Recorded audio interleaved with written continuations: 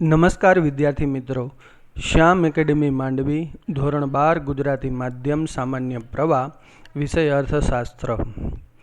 અગાઉ આપણે ચાર લેક્ચર દરમિયાન પ્રકરણ 1માં આકૃતિ અને આલેખનો અભ્યાસ કરી ચૂક્યા છીએ. અહીંયા પ્રકરણ 2 વૃદ્ધિ અને વિકાસના નિર્દેશકો, જેની આપણે વિગતે ચર્ચા કરીશું. પ્રકરણ 2 વૃદ્ધિ અને વિકાસના નિર્દેશકો. આ પ્રકરણમાં પૂછી શકાય તેવા પ્રશ્નો અને આ પ્રકરણના જે મુખ્ય મુદ્દાઓ છે એની આપણે અહીંયા વિગતે સૌથી પહેલાં માહિતી મેળવી લઈએ. તો સૌથી પહેલાં આપણે આ પ્રકરણના જે મુખ્ય મુદ્દાઓ છે કયા કયા છે તેમની જો વાત કરીએ તો પ્રસ્તાવના, મતલબ કે વૃદ્ધિ અને વિકાસના નિર્દેશકો આ પ્રકરણની મુખ્ય પ્રસ્તાવના છે. આ પ્રકરણનો પ્રથમ મુદ્દો છે આર્થિક વૃદ્ધિનો અર્થ. બહુ અગત્યનો મુદ્દો છે, કારણ કે આ પ્રકરણની અંદર મુખ્ય બે શબ્દો સૌથી વધારે વખત આપણી સામે સંભળાશે. એક શબ્દ આર્થિક વૃદ્ધિ અને બીજો શબ્દ છે આર્થિક વિકાસ. તો આર્થિક વૃદ્ધિનો અર્થ, આર્થિક વૃદ્ધિની વ્યાખ્યા અને આર્થિક વૃદ્ધિના ખ્યાલની મર્યાદા આ પ્રકરણનો પ્રથમ મુદ્દો છે. બીજો મુદ્દો છે આર્થિક વિકાસનો અર્થ.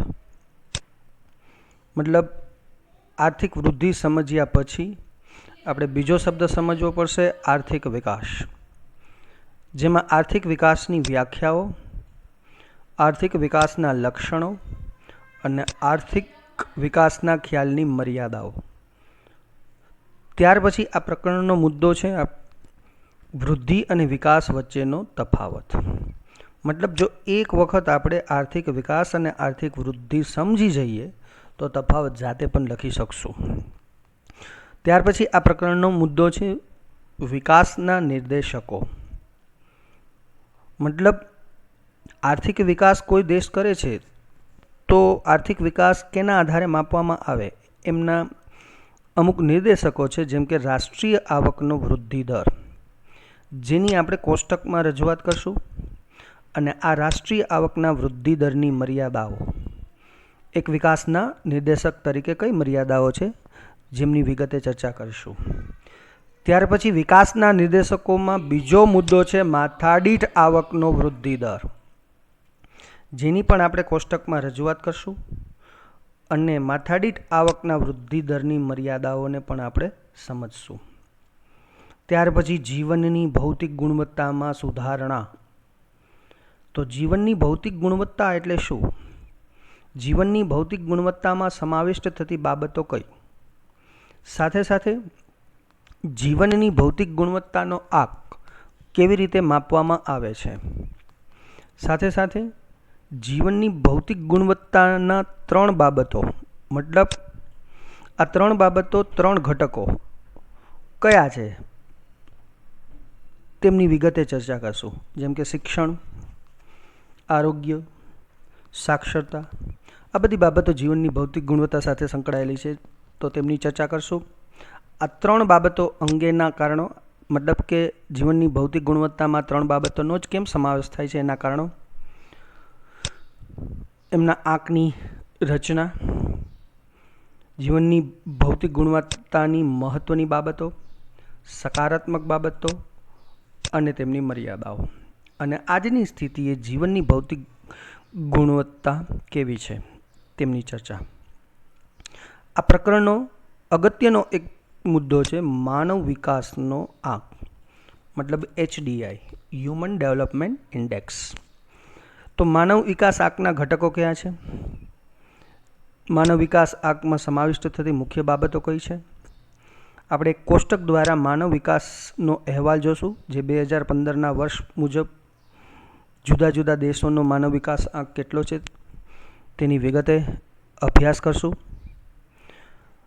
તેમના તારણો કાઢશું અને માનવ વિકાસ આંકનું મહત્ત્વ શું છે તેમની ચર્ચા કરશું અને માનવ વિકાસ આંકની મર્યાદાઓની વાત કરશું.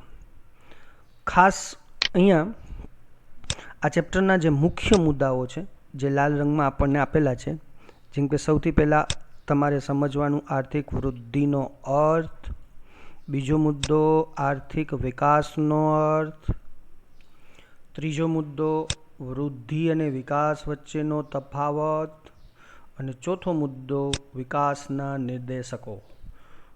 છેલ્લે સૌથી અગત્યનો મુદ્દો માનવ વિકાસનો આંક, જેમની આપણે વિગતે ચર્ચા કરીશું. સૌપ્રથમ આપણે પ્રસ્તાવના બાંધીએ, સમજીએ કે આ ચેપ્ટર આપણને આ પ્રકરણ આર્થિક વૃદ્ધિ અને આર્થિક વિકાસમાં સમજવામાં મદદરૂપ કેવી રીતે થશે. આપણે જાણીએ છીએ કે ઈસવીસન 1939 અને 1944 આ જે સમયગાળો છે એ બીજા વિશ્વયુદ્ધનો સમયગાળો છે. અને બીજા વિશ્વયુદ્ધ પછી વિશ્વમાં જે આર્થિક પાયમાલીઓ થઈ અને તેને કારણે બીજા વિશ્વયુદ્ધ પછી દુનિયાના બધા દેશોએ ખાસ કરીને વિકાસ કેવી રીતે કરવો, વૃદ્ધિ કેવી રીતે કરવી એ બાબતે પોતપોતાના દેશોએ અગત્યના નિર્ણયો લીધા છે. જેમાં દુનિયાના જે વિકાસમાન દેશો છે, જેમ કે ભારત એક વિકાસમાન દેશમાં આવે છે, તો એક વિકાસમાન દેશ તરીકે તેમને બેકારી, ગરીબી, અસમાનતા, ભૂખમરાની સમસ્યાઓને ઉકેલવા માટે ઝડપી આર્થિક વિકાસ પર ભાર મૂક્યો.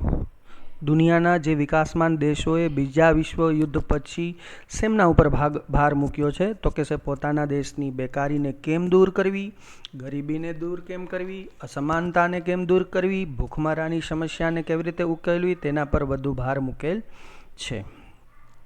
ત્યારથી આર્થિક વિકાસ અને આર્થિક વૃદ્ધિ શબ્દ પ્રચલિત બન્યા છે.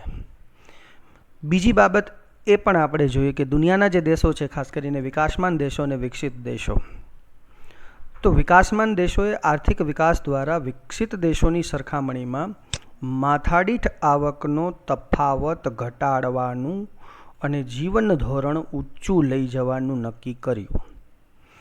મતલબ કે આપણને ખબર છે કે જે દેશો વિકસિત દેશો છે, તો તે દેશના લોકોની માથાદીઠ આવક પહેલેથી જ ઊંચી હોય છે, જ્યારે વિકાસમાન દેશોના લોકોની માથાદીઠ આવક નીચી હોય છે. તો બંને વચ્ચે જે માથાદીઠ આવકનો જે તફાવત છે એને કેવી રીતે ઘટાડવું અને દેશના લોકોનું જીવન ધોરણ કેવી રીતે ઊંચે લઈ જવું એ વિકાસમાન દેશોએ નક્કી કર્યું. ત્યારબાદ આવા દેશોમાં આર્થિક વિકાસ માટેની જાગૃતતા આવી છે. મતલબ વિકાસમાન દેશો માટે આર્થિક વિકાસ શબ્દ સુસંગત છે. વિકાસમાન રાષ્ટ્રો આર્થિક વિકાસ દ્વારા ગરીબી, બીજું બેકારી, પ્રજાનું જીવન ધોરણ સુધારવાનો ઉદ્દેશ્ય ધરાવે છે. તો વિકસિત રાષ્ટ્રો આર્થિક વિકાસનો હેતુ, મતલબ વિકાસમાન દેશનો આર્થિક વિકાસનો હેતુ પણ જુદો છે અને વિકસિત દેશોનો આર્થિક વિકાસનો હેતુ પણ જુદો જ છે. અહીંયા આપણે એ સમજી લઈએ કે જે વિકસિત રાષ્ટ્રો છે એનો આર્થિક વિકાસનો હેતુ શું, તો પોતાના દેશના લોકોનું જે જીવન ધોરણ પહેલેથી ઊંચું જ હોય છે એને જાળવી જ રાખે છે, અને જેથી તેમનું ઊંચું ધોરણ એકધારું જળવાઈ રહે એ પ્રકારનો પ્રયત્ન એ પોતાના આર્થિક વિકાસમાં કરે છે. પરંતુ વિકાસમાન રાષ્ટ્રો માટે આર્થિક વિકાસ દ્વારા ગરીબી, બેકારીને ઘટાડીને પ્રજાનું જીવન ધોરણ સુધારવાનો એમનો મુખ્ય ઉદ્દેશ હોય છે. બીજી બાબત, આ રીતે જોતાં આર્થિક વૃદ્ધિના દરની જાળવણી એ વિકસિત દેશોનો પ્રશ્ન છે.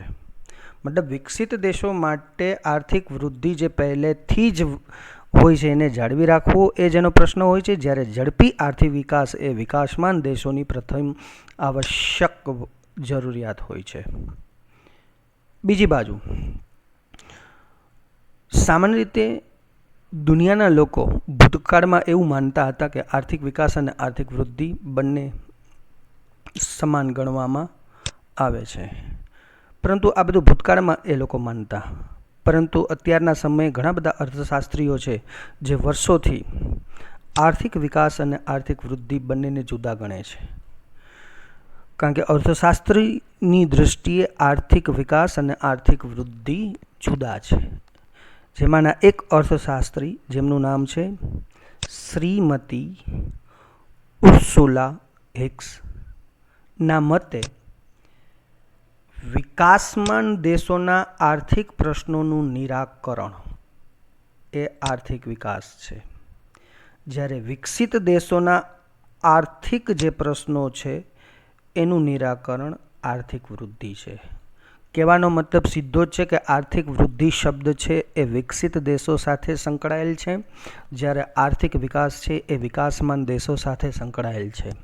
કારણ કે આર્થિક વિકાસ વિકસિત દેશોમાં પહેલેથી જ થઈ ચૂક્યો હોય છે. એ દેશના લોકોનું જીવન ધોરણ ઊંચું હોય છે.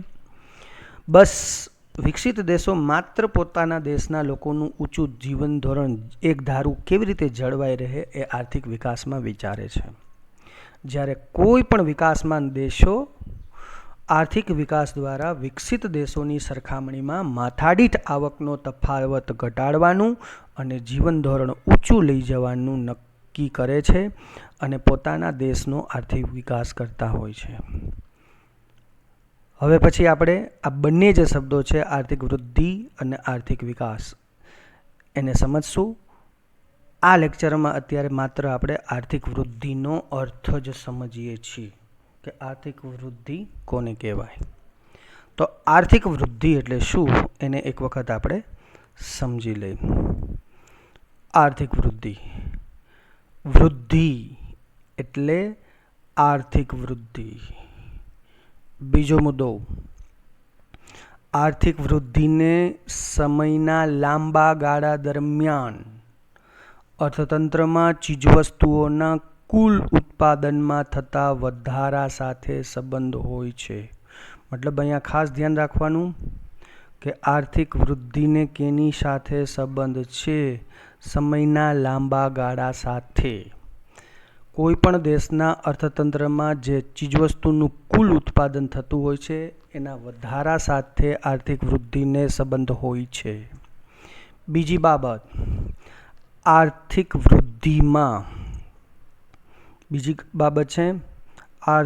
વૃદ્ધિમાં વાસ્તવિક રાષ્ટ્રીય આવક, દેશની જે વાસ્તવિક રાષ્ટ્રીય આવક છે અને વાસ્તવિક માથાદીઠ આવક છે એમાં નિરંતર વધારો થાય છે. કેમાં? આર્થિક વૃદ્ધિમાં. જોજો અહીંયા શબ્દ વધારો, એક રાષ્ટ્રીય આવક અને બીજો માથાદીઠ આવકમાં વધારો દર્શાવે છે. પરંતુ ધ્યાન રાખવું, રાષ્ટ્રીય આવક અને માથાદીઠ આવકમાં આ વધારો કેવી રીતે થાય? તો દેશના જે ઉત્પાદનના સાધનો છે, આપણને ખબર છે કોઈ પણ દેશના ઉત્પાદનના મૂળ સાધનો કયા હોય? જમીન, મૂડી, શ્રમ અને નિયોજન શક્તિ જેવા જે ઉત્પાદનના સાધનો છે એના પુરવઠામાં અને એની ગુણવત્તામાં જે કાંઈ વધારો થાય છે એ વધારો જ આર્થિક વૃદ્ધિ માટે જવાબદાર હોય છે. જેમ કે જમીનની ઉત્પાદકતા પણ વધે છે, મૂડીની ઉત્પાદકતા પણ વધે છે, શ્રમની ઉત્પાદકતા પણ વધે છે અને નિયોજન શક્તિની પણ ઉત્પાદકતા વધે છે. બીજા શબ્દોમાં કહીએ તો ઉત્પાદનના જે સાધનો છે એ સાધનોની ઉત્પાદકતામાં વધારો જવાબદાર હોય છે. તો યાદ રાખવું, આર્થિક વૃદ્ધિ માટે કોણ જવાબદાર છે? તો આર્થિક વૃદ્ધિ માટે જવાબદાર છે સાધનોની ઉત્પાદકતામાં વધારો. બીજું, સાધનો કયા? જમીન, મૂડી, શ્રમ અને નિયોજન શક્તિ. જેને ઉત્પાદનના કાર્ય પાછળ જોડવામાં આવે ત્યારે એમના પુરવઠામાં પણ વધારો થાય છે અને એમની ગુણવત્તામાં પણ વધારો થાય છે. આર્થિક વૃદ્ધિ એટલે જો ટૂંકમાં કહેવું હોય તો દેશના ઉત્પાદનના સાધનોના પુરવઠામાં તેમની પ્રાપ્તિમાં વધારો થતો હોય, મતલબ પુરવઠામાં વધારો થતો હોય, ઉત્પાદનના સાધનોની પ્રાપ્તિમાં વધારો થતો હોય અને સાધનોની ઉત્પાદકતાને જો કાર્યક્ષમતા વધતી હોય અને તેનાથી વાસ્તવિક રાષ્ટ્રીય આવક અને વાસ્તવિક માથાદીઠ આવક જો સતત વધતી હોય તો તેને આર્થિક વૃદ્ધિ કહેવામાં આવે છે. મતલબ આર્થિક વૃદ્ધિમાં વધારો છે. શેનો છે? ઉત્પાદનના સાધનોના પુરવઠામાં વધારો છે, તેમની પ્રાપ્તિમાં વધારો છે, સાધનોની ઉત્પાદકતા અને કાર્યક્ષમતામાં વધારો છે, અને અંતે રાષ્ટ્રીય આવક અને માથાદીઠ આવકમાં પણ વધારો થતો હોય છે. બીજી બાબત આપણે અહીંયા ધ્યાન રાખશું કે આર્થિક વૃદ્ધિ છે ને એ પરિમાણાત્મક પરિવર્તન છે. અહીંયા શબ્દ છે પરિમાણાત્મક પરિવર્તન. જેમ કે રાષ્ટ્રીય આવક જેને તમે માપી શકો છો, માથાદીઠ આવક જેને પણ તમે માપી શકો છો, એટલા માટે એ પરિમાણાત્મક પરિવર્તન છે. કારણ કે રાષ્ટ્રીય આવકમાં વધારો થાય છે અને માથાદીઠ આવકમાં પણ શું થાય છે? વધારો થાય છે. આમ આર્થિક વૃદ્ધિ એક પ્રકારનું પરિમાણાત્મક પરિવર્તન છે. બીજું, આર્થિક વૃદ્ધિ એ વધુ ઉત્પાદન, પછી દેશની કાચી રાષ્ટ્રીય પેદાશમાં દર વર્ષે થતો વધારો દર્શાવે છે. મતલબ આર્થિક વૃદ્ધિમાં ઉત્પાદન વધે છે, સાથે સાથે દેશની જે કાચી રાષ્ટ્રીય પેદાશ છે, જેને આપણે 11મા ધોરણમાં સમજી ગયા છે, જેમાં દર વર્ષે થતો વધારો દર્શાવે છે, જેના દ્વારા દેશની આર્થિક સ્થિતિનું ચિત્ર રજૂ થાય છે. છેલ્લે આર્થિક વૃદ્ધિને કારણે યાદ રાખો કે દુનિયાના 2 દેશો વચ્ચેની જો તમારે સરખામણી કરવી હોય તો તમે આર્થિક વૃદ્ધિના આધારે 2 દેશોની સરખામણી કરી શકો છો અને આ સરખામણીનું મૂલ્યાંકન પણ કરી શકાય છે. તો આર્થિક વૃદ્ધિ એટલે શું? વૃદ્ધિ એટલે વધારો. શેમાં વધારો થાય છે? ઉત્પાદનના સાધનો જેવા કે જમીન, મૂડી, શ્રમ અને નિયોજન શક્તિ, પણ ટૂંકા ગાળામાં નહીં, લાંબા ગાળા દરમિયાન આ ઉત્પાદનના સાધનોનો ઉપયોગ કરીને અર્થતંત્રમાં ચીજવસ્તુઓના કુલ ઉત્પાદનમાં વધારો કરવામાં આવે છે અને એની ગુણવત્તામાં પણ વધારો થાય છે અને અંતે ઉત્પાદકતા વધે છે, રાષ્ટ્રીય આવક વધે છે, માથાદીઠ આવક વધે છે. રાષ્ટ્રીય આવક અને માથાદીઠ આવકનો વધારો માપી શકાય છે. તેથી આ એક પ્રકારનો પરિમાણાત્મક પરિવર્તન છે. હવે સમજીએ કે આ આર્થિક વૃદ્ધિની વ્યાખ્યાઓ શું છે. જો એને ટૂંકમાં બોલવું હોય તો સૌથી પહેલાં હેન્સન નામના એક અર્થશાસ્ત્રીએ આર્થિક વૃદ્ધિની વ્યાખ્યા આપેલી છે. તો આર્થિક વૃદ્ધિ એટલે રાષ્ટ્રીય આવકનો વૃદ્ધિ દર અથવા વસ્તુઓ અને સેવાઓના કુલ ઉત્પાદનના પ્રમાણમાં થતો વધારો. મતલબ હેન્સનની વ્યાખ્યામાં 2 વસ્તુ છે, રાષ્ટ્રીય આવકનો વૃદ્ધિ દર અને બીજું છે વસ્તુઓ અને સેવાના કુલ ઉત્પાદનમાં થતો વધારો, જેને એ શું કહે છે? આર્થિક વૃદ્ધિ. બીજી વ્યાખ્યા આપેલી છે સાયમન ક્રુઝનેટ્સ. એમણે શું કીધું છે? આર્થિક વૃદ્ધિ એટલે પ્રજાને વધુને વધુ વૈવિધ્યપૂર્ણ આર્થિક ચીજવસ્તુઓનો પુરવઠો પૂરો પાડવાની દેશની શક્તિમાં લાંબા ગાળા માટે થતો વધારો આર્થિક વૃદ્ધિ છે. મતલબ સાયમન કુઝનેટ્સ છે એ આર્થિક વૃદ્ધિને સમયના લાંબા ગાળા સાથે સરખાવે છે અને સમયના લાંબા ગાળે પ્રજાને વધુને વધુ વૈવિધ્યપૂર્ણ આર્થિક ચીજવસ્તુઓનો પૂરો પાડવાની દેશની શક્તિમાં થતો વધારો સૂચવે છે. જો આ વધારો થતો હોય તો એ આર્થિક વૃદ્ધિ દર્શાવે છે. આમ અહીંયા 2 વ્યાખ્યા બહુ અગત્યની છે. એક વ્યાખ્યા છે હેન્સનની છે, બીજી વ્યાખ્યા છે સાયમન કુઝનેટ્સની છે. તમને પ્રશ્ન પૂછવામાં આવે કે આર્થિક વૃદ્ધિનો અર્થ, વ્યાખ્યા સમજાવો, તો આ 2 વ્યાખ્યાઓ લખવી. હવે આર્થિક વૃદ્ધિનો જે આપણે ખ્યાલ સમજ્યા છે, આ ખ્યાલની પણ એક મર્યાદા છે. જોશું કે આ કઈ મર્યાદાઓ છે. જેમ કે સૌથી પહેલી મર્યાદા, આર્થિક વૃદ્ધિમાં માત્ર ને માત્ર પરિમાણાત્મક પરિવર્તનો જ ધ્યાનમાં લેવાય છે. મતલબ કે આર્થિક વૃદ્ધિમાં ક્યાંય ગુણવત્તામાં કે ગુણાત્મક પરિવર્તનોને ધ્યાનમાં લેવામાં આવતા નથી. માત્ર રાષ્ટ્રીય આવકમાં વધારો, માત્ર માથાદીઠ આવકમાં વધારો જ ધ્યાનમાં લેવાય છે. બીજું, આર્થિક વૃદ્ધિમાં રાષ્ટ્રીય આવક અને માથાદીઠ આવક વધે છે, પણ સંસ્થાકીય અને મનોવૈજ્ઞાનિક વલણો યથાવત રહે છે. મતલબ કે સંસ્થાકીય અને મનોવૈજ્ઞાનિક વલણોમાં કોઈ ફેરફાર થતો નથી. આર્થિક વૃદ્ધિ માત્ર રાષ્ટ્રીય આવક અને માથાદીઠ આવકમાં જ વધારો દર્શાવે છે. આ એક એની મર્યાદા છે. ત્રીજો મુદ્દો છે આર્થિક વૃદ્ધિનો ખ્યાલ મર્યાદિત છે. મતલબ કે આર્થિક વૃદ્ધિનો ખ્યાલ કોઈ વિશાળ નથી. તે માત્ર ઉત્પાદનમાં થતો વધારો અને વધારાનું પ્રમાણ જ દર્શાવે છે. જેમ કે જમીન, મૂડી, શ્રમ અને નિયોજક ઉત્પાદનના સાધનોને અર્થતંત્રની અંદર કામે લગાડી અને ઉત્પાદનમાં કેટલો વધારો થયો અને એ વધારાનું પ્રમાણ કેટલું છે, બસ આ જ વસ્તુ આર્થિક વૃદ્ધિ દર્શાવે છે. જે પણ એની એક મર્યાદા છે. અને આર્થિક વૃદ્ધિના ખ્યાલની છેલ્લી મર્યાદા લોકોનું કલ્યાણ તેમજ તેમાં થતા ફેરફારો જાણવા માટે. કઈ બાબત? એક, લોકોનું કલ્યાણ અને તેમાં થતા ફેરફારો જાણવા માટે આર્થિક વૃદ્ધિનો ખ્યાલ બહુ ઉપયોગી બનતો નથી. મતલબ કે માથાદીઠ આવક વધી, પણ લોકોની માથાદીઠ આવક કેટલી વધી? માથાદીઠ આવક વધવાથી લોકોનું કલ્યાણ થયું કે નહીં? એના જીવન ધોરણમાં સુધારો થયો કે નહીં? એ બાબત આર્થિક વૃદ્ધિના ખ્યાલથી સમજી શકાતી નથી.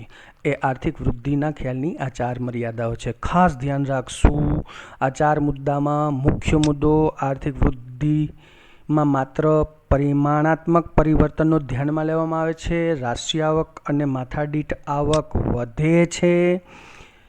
બીજું, આર્થિક વૃદ્ધિનો ખ્યાલ મર્યાદિત છે, કારણ કે એમાં ઉત્પાદનનો વધારો અને વધારાનું પ્રમાણ જ દર્શાવે છે. લોકોનું કલ્યાણ થયું કે નહીં, એમાં કોઈ ફેરફાર થયા કે નહીં, એ આર્થિક વૃદ્ધિના ખ્યાલથી જાણી શકાતું નથી. તો અહીંયા આપણા પ્રથમ લેક્ચરમાં આપણે સમજી ગયા આર્થિક વૃદ્ધિનો અર્થ, આર્થિક વૃદ્ધિની વ્યાખ્યા અને આર્થિક વૃદ્ધિના ખ્યાલની મર્યાદા. હવે આ પ્રથમ લેક્ચરની અંદર આપણે હોમવર્ક ચેક કરશું. હોમવર્કની અંદર આપણો એક પ્રશ્ન બને છે, આર્થિક વૃદ્ધિનો અર્થ, વ્યાખ્યા અને મર્યાદા સમજાવો.